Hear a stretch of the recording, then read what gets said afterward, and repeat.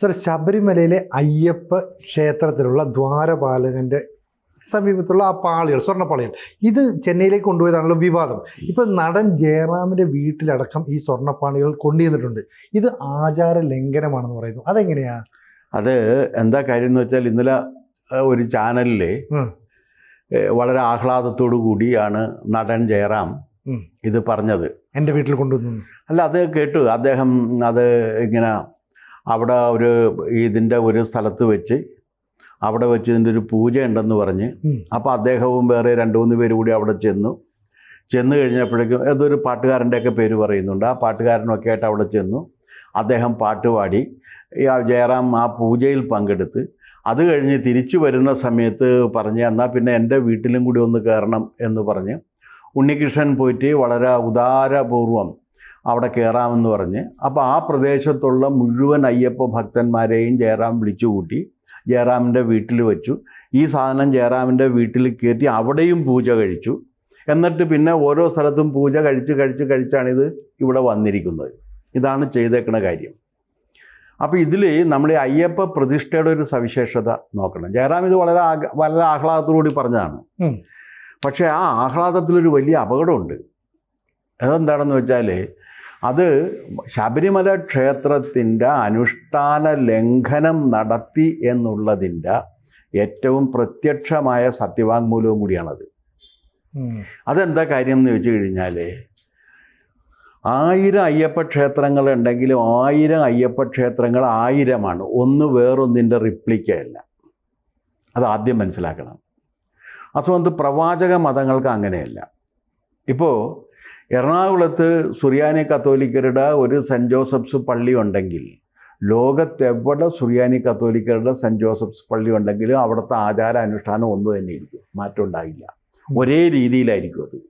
കെട്ടിടം മാറിയിട്ടുണ്ടെങ്കിൽ അൾത്താരക്ക് മാറ്റം ഉണ്ടാകില്ല, അൾത്താരയിലെ ബാക്കി കാര്യങ്ങൾക്ക് മാറ്റം ഉണ്ടാകില്ല, അവിടെ നടക്കുന്ന ശുശ്രൂഷയ്ക്കും ഒരു മാറ്റവും ഉണ്ടാകില്ല. ആചാര രീതികളെല്ലാം ഒന്ന് തന്നെ അല്ല.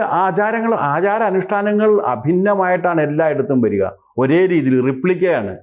ഒരു സെൻറ്റ് ജോസഫ് ചർച്ചിൻ്റെ റിപ്ലിക്കയാണ് ലോകത്തെവിടെയുള്ള വേറെ ഏത് സെൻറ്റ് ജോസഫ് ചർച്ചും. ഇവിടെ അങ്ങനെയല്ല. ഇവിടെ 1000 അയ്യപ്പ ക്ഷേത്രങ്ങളുണ്ടെങ്കിൽ ആ 1000 അയ്യപ്പ ക്ഷേത്രങ്ങൾ അയ്യപ്പൻ സ്വാമിയുടെ 1000 ഭാവങ്ങളാണ് പ്രതിഷ്ഠിക്കപ്പെട്ടിരിക്കുന്നത്. ഇതുപോലെ ഒരേ മാതൃകയല്ല. അല്ല, 1000 ഭാവങ്ങൾ പ്രതിഷ്ഠിക്കപ്പെട്ടിരിക്കുകയാണ്.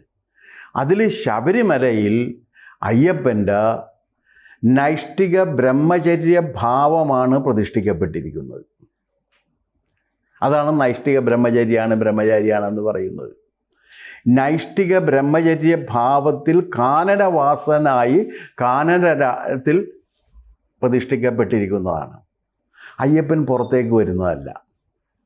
അയ്യപ്പനെ കാണാൻ അയ്യപ്പന്മാരെ അങ്ങോട്ട് ചെല്ലുകയാണ്. അത് വെറുതെ ചെല്ലാൻ പറ്റില്ല. 41 ദിവസം നീണ്ടു നിൽക്കുന്ന വ്രതാനുഷ്ഠാനം. പലരും ഇപ്പോൾ അത് ലംഘിക്കാറുണ്ട്, അത് വേറെ പ്രശ്നം. 41 ദിവസം നീണ്ടു നിൽക്കുന്ന വ്രതാനുഷ്ഠാനം. ആ വ്രതാനുഷ്ഠാനത്തിനും സവിശേഷതകളുണ്ട്. ബ്രാഹ്മമുഹൂർത്തത്തിൽ ഉണർന്ന് കുളി കഴിഞ്ഞ് ശരണം വിളിക്കണം രാവിലെ. നിങ്ങൾ കേട്ടിട്ടുണ്ടോ എന്ന് എനിക്കറിയില്ല. എൻ്റെയൊക്കെ ചെറുപ്പത്തിൽ ഞാൻ കേട്ടിട്ടുണ്ട്. ആളുകൾ എഴുന്നേറ്റ് ശബരിമലക്ക് പോകുന്നവർ വെളുപ്പിന് എഴുന്നേറ്റ് ശരണം വിളിക്കും. ഉച്ചയ്ക്ക് ശരണം വിളിക്കും, വൈകിട്ട് ശരണം വിളിക്കും. അങ്ങനെ ശരണമന്ത്രങ്ങളുടെ ഒരു അന്തരീക്ഷത്തിൽ ജീവിക്കുന്നുവെന്ന് മാത്രമല്ല, ആ വീട്ടിലുള്ള എല്ലാവരും വ്രതം അനുഷ്ഠിക്കും. ഒരാളായിരിക്കും പോകുന്നത്, പക്ഷെ ആ വീട്ടിലുള്ള എല്ലാവരും ഈ വ്രതത്തിൻ്റെ ഭാഗമായിട്ട് പങ്കുചേരും. അങ്ങനെയാണ് ഇവർ കരിമല കയറി, കഠിനമായ കരിമല കയറി 18ാം പടി ചവിട്ടിക്കയറി സന്നിധാനത്ത് ചെന്ന് അയ്യൻ്റെ മുൻപിൽ പുണ്യപാപ ചുമടുകളൊക്കെ ഇറക്കി വെച്ച് എല്ലാം സമർപ്പിച്ച് പ്രാരബ്ധത്തെ മുഴുവൻ സമർപ്പിച്ച് അകത്തിരിക്കുന്ന അയ്യപ്പനും പുറത്തുള്ള അയ്യപ്പനും രണ്ടല്ല എന്ന ബോധ്യത്തോടു കൂടി തിരിച്ചു വരികയാണ്. ഇതാണ് അയ്യപ്പ ക്ഷേത്രത്തിൻ്റെ അനുഷ്ഠാനത്തിൻ്റെ ഒരു സവിശേഷത. അപ്പോൾ അവിടെ പോകുന്നവർക്കൊക്കത്തിനും ഇതുപോലത്തെ പ്രത്യേകതകളുണ്ട്. അപ്പോൾ അയ്യപ്പസ്വാമി അവിടെ നിന്ന് ഇറങ്ങി വന്ന് ഇവിടെ വന്ന് സഹായിക്കുകയില്ല. അതുകൊണ്ട് തന്നെ അയ്യപ്പ ക്ഷേത്രവുമായി ബന്ധപ്പെട്ടുള്ള കാര്യങ്ങൾക്ക് ഒരിടത്തും നിങ്ങൾക്ക് വേറൊരു അയ്യപ്പ പ്രതിഷ്ഠ വെച്ചിട്ട് അതിനെ നിങ്ങൾക്ക് നടത്താം. അയ്യപ്പ സേവാ സംഘമൊക്കെ നടത്തുന്ന രീതിയിൽ. അത് വേറെയാണ്. അത് കാരണം സ്വാമി അയ്യപ്പൻ്റെ ഒരു പ്രതിമ ഉണ്ടാക്കിയിട്ട് ആ പ്രതിമ ഇതിനകത്ത് വെച്ചിട്ട് അതിനെ കൊണ്ടു നടക്കുകയാണ്. അതല്ല, ഇത് അയ്യപ്പ ക്ഷേത്രത്തിൻ്റെ ഭാഗമായി, ശബരിമല അയ്യപ്പ ക്ഷേത്രത്തിൻ്റെ ദ്വാരപാലകന്മാരാണ്. ഈ ദ്വാരപാലകന്മാർ ആ ക്ഷേത്രത്തിലെ പ്രതിഷ്ഠയുടെ ഭാഗമാണ്. അത് പുറത്തു നിൽക്കുന്നതല്ല. ശ്രീകോവിൽ എന്ന് പറയുന്നത് പ്രതിഷ്ഠയുടെ ഭാഗമാണ്. ആ ശ്രീകോവിലിൻ്റെ ദ്വാരപാലകന്മാരാണ്. ആ ദ്വാരപാലകന്മാരെ പൊതിഞ്ഞിരുന്ന ഇതാണ് ഏത്? ഈ പറഞ്ഞ ചെമ്പുപാളിയും ചെമ്പുപാളിക്കും മുകളിലുണ്ടായിരുന്ന സ്വർണ്ണപ്പാളിയും. അത് പൊളിച്ചെടുത്തിട്ടാണ് ഉണ്ണികൃഷ്ണൻ പോയിട്ട് കൊണ്ടുപോകുന്നതും ഇത് ശരിയാക്കുന്നതും. അത് ശരിയാക്കിയതിന് കഴിഞ്ഞാൽ അത് നിയമമനുസരിച്ച് എന്താണ്, ആ ക്ഷേത്രത്തിൻ്റെ ഏതെങ്കിലും ഒരു കാര്യം എടുത്ത് ശരിയാക്കുകയാണെങ്കിൽ അത് അവിടെ തന്നെ വെച്ച് തയ്യാറാക്കണമെന്നുണ്ട്.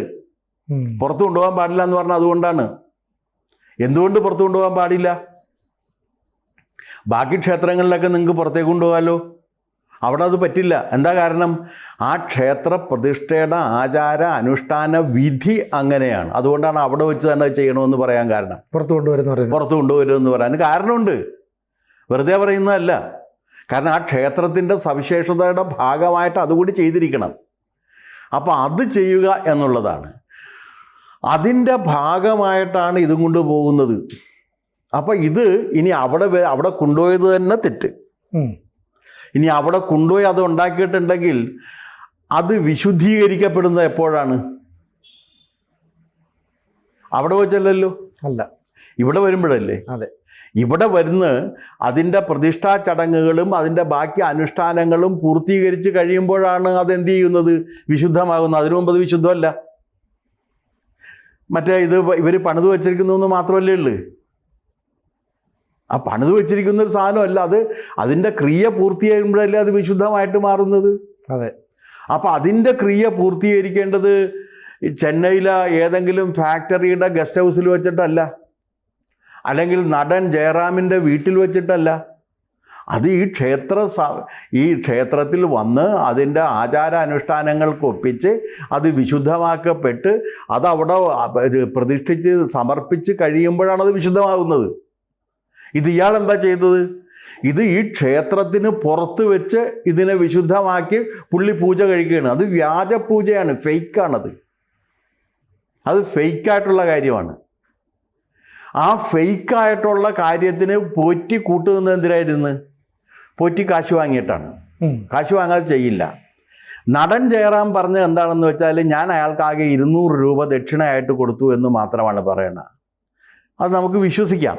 പക്ഷേ സിനിമാ നടൻ ജയറാമിൻ്റെ കയ്യിൽ നിന്നൊരു ദക്ഷിണയായിട്ട് വെറും 200 രൂപ അദ്ദേഹം സ്വീകരിച്ചു എന്നുള്ളതിനൊരു വിശ്വാസക്കുറവില്ലേ? തീർച്ചയായിട്ടും ഉണ്ട്. നമുക്ക് ഒരിക്കലും സാധാരണ മനുഷ്യന് വിശ്വസിക്കാൻ പറ്റില്ല. നമ്മളാണെങ്കിൽ പോലും 500 കൊടുക്കുമല്ലോ. അതെ അതെ. അപ്പം ജയറാം പറഞ്ഞു ഞാനെന്തോ 200 രൂപ ദക്ഷിണയായിട്ട് കൊടുത്തു എന്ന് മാത്രം എനിക്ക് ഓർമ്മയുള്ളതെന്നാ പറഞ്ഞ. അതത്ര വിശ്വസനീയമല്ല.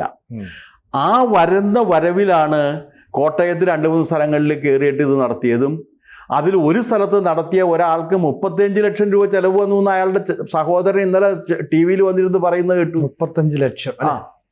വരുന്ന വഴിയിൽ ഒരു വീട്ടിൽ കയറിയതാണ്. അപ്പം ഇങ്ങനെ അനേകം വീടുകളിൽ കയറി ശബരിമല ധർമ്മശാസ്ത്ര ക്ഷേത്രത്തിൻ്റെ ആ ക്ഷേത്ര പ്രതിഷ്ഠയുടെ അനുഷ്ഠാന വിശുദ്ധി തകർക്കപ്പെട്ടു. അതാണ് ഏറ്റവും ഗൗരവതരമായിട്ടുള്ളൊരു വിഷയം. ഭക്തരെ സംബന്ധിച്ചിടത്തോളം അത് വളരെ പ്രധാനപ്പെട്ടതാണ്. അതിന് അറിഞ്ഞുകൊണ്ടാണോ അറിയാതെയാണോ എന്നറിയില്ല, നടൻ ജയറാം അതിന് കൂട്ടുനിന്നിട്ടുണ്ട്. ഈ മനുഷ്യർക്കൊരു പ്രശ്നമുള്ളത് എന്താണെന്ന് വെച്ച് കഴിഞ്ഞാൽ, അധികാരം, പണം, പദവി, പ്രശസ്തി ഇതൊക്കെ വരുമ്പോൾ അതിൻ്റെ കൂടെ നമ്മൾ ആഗ്രഹിക്കാതെ തന്നെ ഒരാളും കൂടി വന്നു ചേരും. അതിൻ്റെ പേര് അഹങ്കാരം എന്നാണ്. ആ അഹങ്കാരം ആയിക്കഴിഞ്ഞാൽ പിന്നെ നമ്മൾ എന്തും വളഞ്ഞ വഴി കൂടി എളുപ്പ വഴി കൂടി കാര്യങ്ങൾ നേടാനുള്ള ശ്രമം നടത്തും. നമുക്കും അത് വേണം എന്നുള്ള ചിന്ത അല്ലേ? ആ എളുപ്പ വഴി കൂടി കിട്ടണം. ഇപ്പം ഞാൻ ക്യൂ നിന്ന് കഴിഞ്ഞാൽ ഞാൻ പ്രമാണിയല്ല. ക്യൂ തെറ്റിച്ച് പോയി കഴിഞ്ഞാലേ ഞാൻ പ്രമാണിയാകുള്ളൂ. അതെ. അപ്പം ക്യൂ തെറ്റിച്ച് പോകാനുള്ളൊരു പ്രവണത വരുന്നത് പോലെ തന്നെ ചുളിവിൽ അയ്യപ്പസ്വാമിയുടെ ഒരു അനുഗ്രഹവും കൂടി നമുക്ക് വീട്ടിൽ വെച്ച് മേടിക്കാം എന്ന് കരുതിയിട്ടാണ് നടൻ ഇത് ചെയ്തിരിക്കുന്നത്. ജയറാം ഇത് ചെയ്തിരിക്കുന്നത് വേറെ ദുരുദ്ദേശമൊന്നുമില്ല.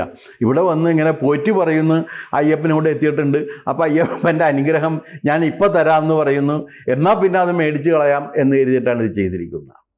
പക്ഷെ ഇതിൽ വലിയൊരു അപകടം എന്താണെന്ന് വെച്ചാൽ ഒരു മഹാക്ഷേത്രത്തിൻ്റെ വിശുദ്ധിക്കാണ് അത് കോട്ടം വരുത്തിയിരിക്കുന്നത്. അയ്യപ്പൻ ഇവിടെ വരുന്നുണ്ടോ? നിങ്ങളെവിടെയെങ്കിലും കണ്ടിട്ടുണ്ടോ? ഇല്ല. നിങ്ങൾ കണ്ടിരിക്കുന്നത് മുഴുവനും ഈ ലോകത്തിൻ്റെ നാനാഭാഗത്ത് നിന്ന് മണ്ഡലമാസം തുടങ്ങിക്കഴിഞ്ഞാൽ കറുത്ത മുണ്ടുടുത്ത് മുടിയും താടിയും നീട്ടി വളർത്തി രുദ്രാക്ഷമാലയും ഇട്ട് സ്വാമിയെ ശരണമയ്യപ്പ എന്ന മന്ത്രവും ചൊല്ലിക്കൊണ്ട് അയ്യനെ തേടി പോകുന്ന അയ്യപ്പന്മാരുടെ നിരയാണ്. അതെ. അതിൻ്റെ നേരെ വിരുദ്ധമായിട്ട് ആ ശ്രീകോവിലിൻ്റെ ഏറ്റവും സമഗ്ര ഭാവമായിട്ട് നിൽക്കുന്ന ഈ ദ്വാരപാലകന്മാരെയും കൊണ്ട് എവിടെ ചെന്നു? ജയറാമിന്റെ വീട്ടിലേക്ക്. ജയറാമിന്റെ വീട്ടിലേക്ക് എന്നല്ല, ജയറാമനകത്തൊരാളാണ്, വേറെ ഒരുപാട് വീടുകളിലേക്ക് കൊണ്ടേ കൊടുക്കുകയാണ്, ചില ക്ഷേത്രങ്ങളിൽ കൊണ്ടുപോയി. അപ്പോൾ അയ്യപ്പസ്വാമിയെ ചെറിയ ചെറിയ തുണ്ടം തുണ്ടമായി വിൽക്കാൻ വേണ്ടി തീരുമാനിച്ച അധമൻ കൂടിയാണ് ആര്? ഈ ഉണ്ണികൃഷ്ണൻ പോറ്റി. അയാൾ വലിയ ധിക്കാരം മാത്രമല്ലല്ലോ, കാരണം കോടാനുകൂടി വരുന്ന അയ്യപ്പ ഭക്തര് ഞാൻ കണ്ടിട്ടുണ്ട് അവിടെ പോയി തൊഴുതു നിൽക്കുന്ന. എൻ്റെ ഓർമ്മയിൽ അമിതാഭ് ബച്ചൻ അയ്യപ്പ ദർശനം നടത്തുന്ന ചിത്രം ഉണ്ടായിരുന്നു.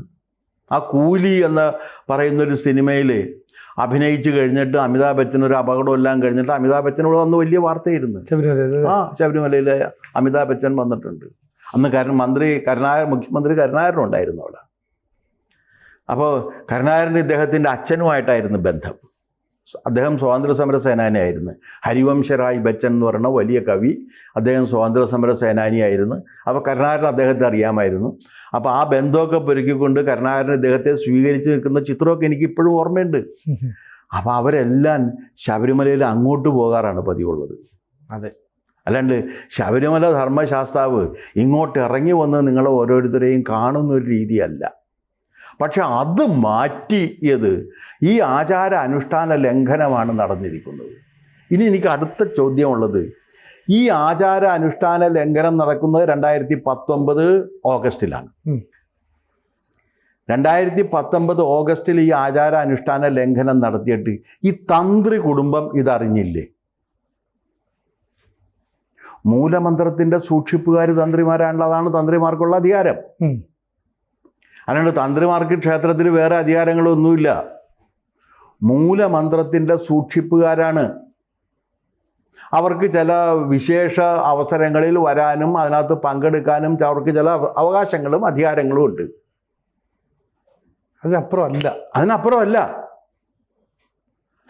പക്ഷേ ഏറ്റവും സുപ്രധാന മൂലമന്ത്രത്തിൻ്റെ ധ്വനിക്കും അയ്യപ്പ ക്ഷേത്രത്തിൻ്റെ ആചാരവിശുദ്ധിക്കും അനുഷ്ഠാന മഹത്വത്തിനും കോട്ടം വരുത്തുന്നൊരു പ്രവൃത്തി ഈ ഉണ്ണികൃഷ്ണൻ പോറ്റി ചെയ്തിട്ട് അതിനകത്ത് പങ്കെടുത്തപ്പോൾ നടൻ ജയറാം അടക്കമുള്ളവർ ഇതുകൊണ്ടല്ല, എളുപ്പത്തിൽ ഇത് കിട്ടുമെന്നുണ്ടെങ്കിൽ എടുക്കാനുള്ളൊരു പ്രവണത കൊണ്ട് എടുത്തതായിരിക്കാം. പക്ഷേ ഇത് എളുപ്പത്തിൽ കൊടുക്കാൻ കഴിയും എന്ന രീതിയിലാക്കി തീർത്ത ആ ഉണ്ണികൃഷ്ണൻ പോറ്റിയുടെ ഈ ആചാര അനുഷ്ഠാന ലംഘനത്തെക്കുറിച്ച് ഒരു വാക്ക് ഇന്ന് വരെ എൻ്റെ അറിവിൽ തന്ത്രി കുടുംബം പറഞ്ഞിട്ടില്ല. നിങ്ങൾ കേട്ടിട്ടുണ്ടോ? ഇല്ല. ഇത് തട്ടിപ്പോയി എന്ന് പറഞ്ഞിട്ടുണ്ടോ? ഇല്ല. ഇത്രയും കാലമായിട്ട് ഇവരിത് അറിഞ്ഞില്ലേ? അപ്പോൾ അതിനകത്തൊരു 5 കൊല്ലമായല്ലോ ഇല്ലേ? 19, 20, 21, 22, 23, 24 5 കൊല്ലമായില്ലേ? ഈ 5 കൊല്ലമായിട്ട് തന്ത്രി കുടുംബം ഇതൊന്നും അറിഞ്ഞില്ല. സാറ് പറയുന്നതനുസരിച്ചാണെങ്കിൽ ഇതിനകത്തൊരു കള്ളത്തരം വീണ്ടും നടന്നു എന്നല്ലേ ഇതിൻ്റെ അർത്ഥം? അല്ല, ഇതിനകത്ത് ഈ കാര്യത്തിൽ തന്ത്രി കുടുംബത്തിൻ്റെ പങ്ക് കൂടി അന്വേഷിക്കപ്പെടേണ്ടതാണെന്നാണ് ഞാൻ പറയുക. കാരണം അത് സ്വർണം കടത്തിയില്ല എന്നുള്ളതല്ല, സ്വർണം കടത്തിയതിനെക്കുറിച്ച് അന്വേഷിക്കട്ടെ. ആ സ്വർണം കള്ളക്കടത്ത് നടത്തിയ ഒരുവൻ ചെയ്ത ആചാര അനുഷ്ഠാന ലംഘനത്തെക്കുറിച്ച് യാതൊന്നും പറയാതെ അതിനു വേണ്ട സഹായ സഹകരണം ചെയ്തു കൊടുത്തു എന്നതാണ് ഇവർ കാണിച്ചിരിക്കുന്ന ഏറ്റവും വലിയ തെറ്റ്. കൂടുതൽ വാർത്തകളും വിശേഷങ്ങളും നിങ്ങളിലേക്ക് എത്താൻ ABC മലയാളം സബ്സ്ക്രൈബ് ചെയ്യുക, ബെൽ ബട്ടണും അമർത്തുക.